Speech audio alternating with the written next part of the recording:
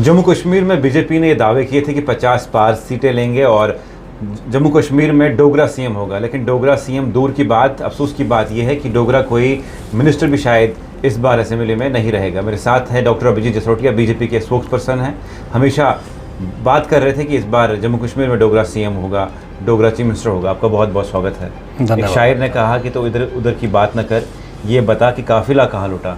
जो बीजेपी बात करी थी 50 पार की, अफसोस की बात है ये 29 का आंकड़ा पार किया आपने, लेकिन डोगरा शायद ही कोई असेंबली में कैबिनेट में कोई मंत्री आपका होगा।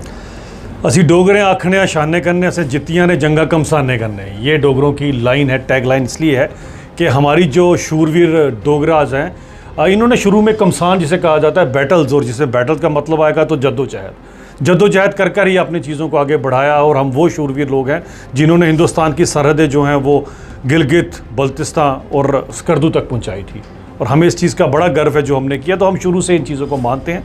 जहाँ बात रही बात डोगरा सीएम की बात करते हैं तो कोई बात नहीं, जद्दोजहद करना हमारा काम है, और ज़रूर दिन वो ज़रूर आएगा कि डोगरा मुख्यमंत्री भी आपको नज़र आएगा। अब आपने जो दूसरा सवाल पूछा कि काफिला कहाँ लुटा, तो काफिला आज का नहीं लूटा जनाब, काफिला तो 51-52 से लूटा हुआ, और काफिला लूटा गया, और लूटा उस समय की कांग्रेस के थ्रू गया और यहाँ पर नेशनल कॉन्फ्रेंस के थ्रू किया गया। अब देखें, जब आप नाइंसाफ़ी करेंगे किसी के साथ और 51-52 की पहली असेंबली उठाकर देखेंगे तो उसी समय यही जम्मू के डोगरों में, जब डोगरों की बात करता हूँ ना मलिक साहब, तो मैं डोगरा सिर्फ हिंदू की बात नहीं करता हूँ। मेरे लिए यहाँ पर डोगरा मुसलमान भी डोगरा है, मेरे पास डोगरा सिख भी डोगरा है, डोगरा पहाड़ी भी डोगरा है, डोगरा गुज्जर भी डोगरा, मैं सभी डोगरों की बात करता हूँ। तो हम सभी के सभी डोगरों के साथ, भले वो आप अपने डोडा किश्तवाड़ की तरफ चले जाइए, भले रजौरी पुंछ की तरफ चले जाए, हम सबके साथ नाइंसाफ़ी हुई है।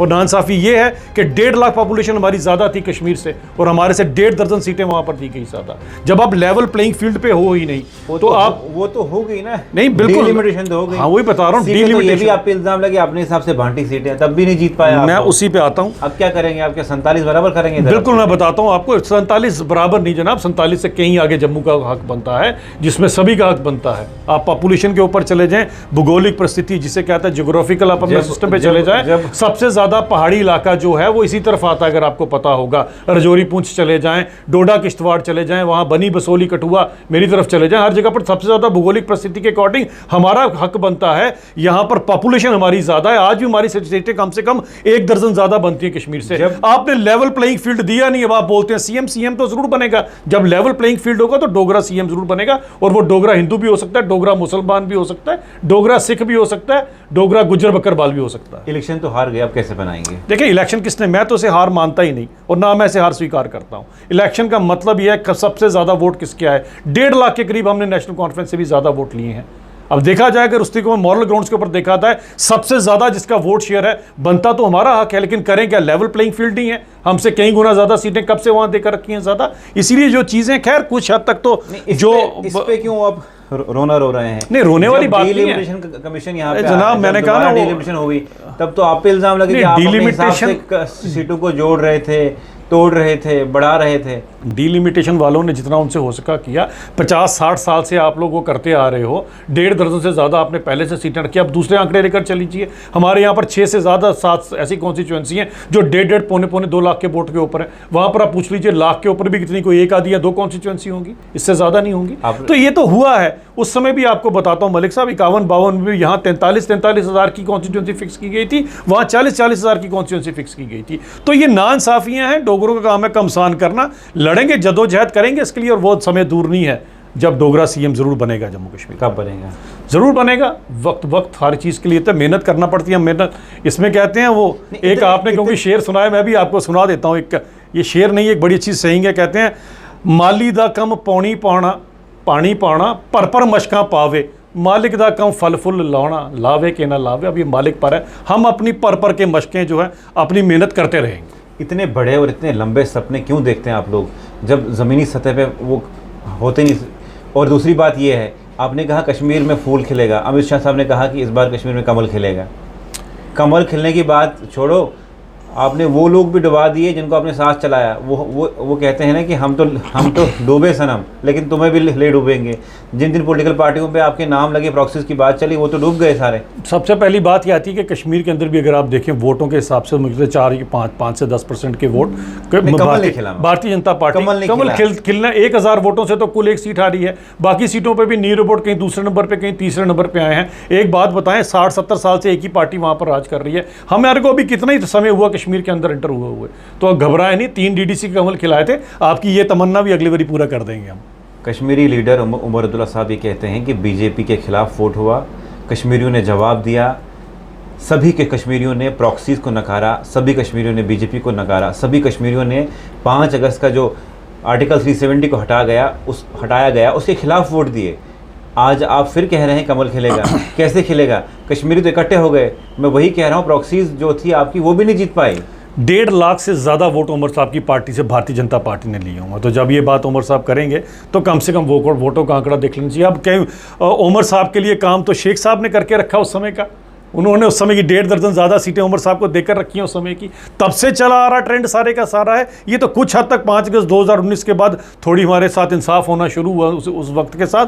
तो अगर 50-60 साल से हमारे वालों ने भी किसी ने 1.5 दर्जन सीटें ज़्यादा अगर उमर साहब डोगरों को दिलवाई होती तो 13 अगर वहाँ के मुख्यमंत्री बन सकते तो 3-4 यहाँ के भी बन चुके होते। करें क्या, आपके वाले कुछ ज़्यादा स्मार्ट थे और हमारे वाले जो टाइम था उस समय हाथ में नेहरू जी के पास सारी की सारी कमांड थी। और नेहरू जी के पास जब गुहार लगाने हमारे यहाँ से लेट पंडित प्रेमनाथ डोगरा जी पहुंचे कि हमारे तो प्रजा परिषद के सारे आपने फॉर्म रिजेक्ट कर दिए हैं। और जब नेहरू जी से समय मांगा तो सुबह से लेकर शाम हो गई, नेहरू जी ने उन्हें समय दिया नहीं, क्योंकि शेख साहब कहते थे कि नहीं मिलो किसी से भी। और उसके बाद भी मैसेज पहुंचाते हैं कि जो प्रजा परिषद यानी कि जम्मू के डोगरों की जो पार्टी बनी है ये सेकुलर नहीं है, जबकि कश्मीरी मुस्लिम कॉन्फ्रेंस सेकुलर थी नेहरू जी के लिए। तो हमारे साथ बड़ी नाइंसाफी हुई है जनाब। इसका जवाब देने के लिए पूरा दिन लग जाएगा मलिक साहब मेरी और आपकी बहस में। लेकिन मैं आपको जो बता रहा हूं इसको आप क्रॉस चेक कर लीजिएगा सारी बातों को। अभिजीत जी, आप स्टेट के स्पोक्स पर्सन हैं बीजेपी के। आप इतने लंबे सपने, इतने गहरे सपने, इतनी लंबी नींद क्यों करते हैं? आप ये बताइए कि 50 पार आप बोल रहे थे, इतने कॉन्फिडेंस से। वो कहते हैं ना, over confidence is very bad.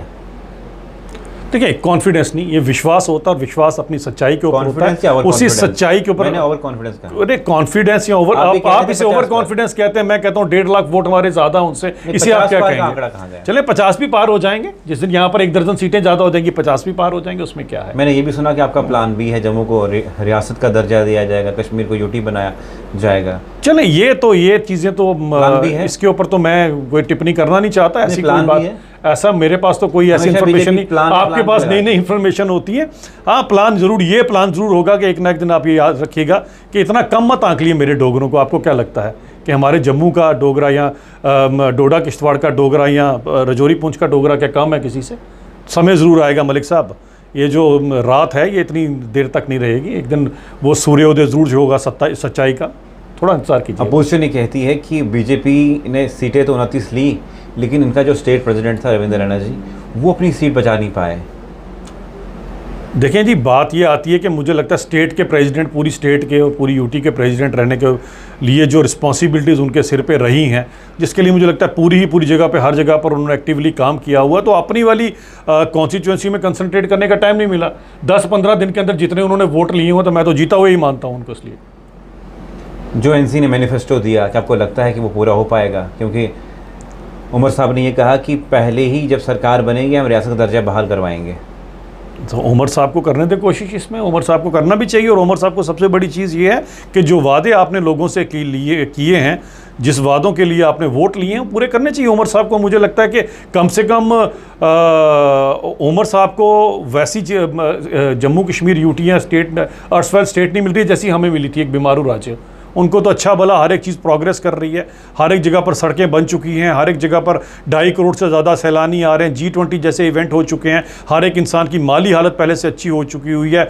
जो अब रोज़गार मिल रहे हैं, पूरे रोज़गार मिल रहे हैं, पूरी तनख्वाह वाले। आपके ज़माने वाले 500-700 रुपये वाले रोज़गार नहीं मिला। अब उमर साहब इसको आगे लेकर जाएँ, ज़रूर लेकर जाना चाहिए। अब तो लोग आपकी तरफ देख रहे हैं, बड़ी उम्मीद से देख रहे हैं। देखते हैं अब करते क्या है उमर साहब। उमर साहब ने ये भी कहा कि मुझे लोकसभा में दबाया गया, जब असेंबली इलेक्शन आए तब तक प्रॉक्सीज को लाया गया, उसके बावजूद मैं दोनों जगहों से जीता। नहीं, अच्छी बात है। अगर उमर नई साहब दिल्ली हमें नहीं दबा पाई। उमर साहब अगर दोनों जगह से जीते हैं तो उनको कॉन्फिडेंस नहीं था मैं एक जगह से जीतूंगा तो इसलिए दूसरी जगह से जीते। अगर कॉन्फिडेंट होते तो शायद एक ही जगह से लड़ते।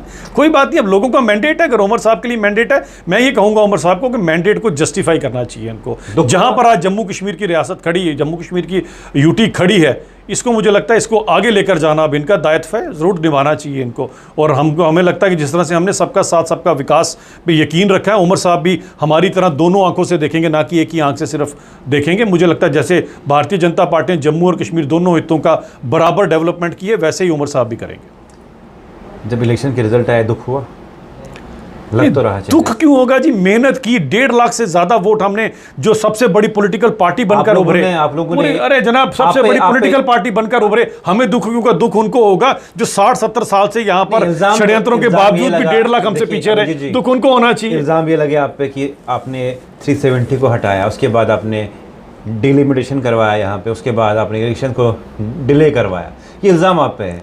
उसके बाद भी आप नहीं जीत पाए, तो दुख तो बनता है या नहीं? 1.5 लाख से ज़्यादा लोग जनाब कब्रों में इसी 370 की वजह से हैं आज। उसका हिसाब किताब उन पॉलिटिकल पार्टी को देना पड़ेगा।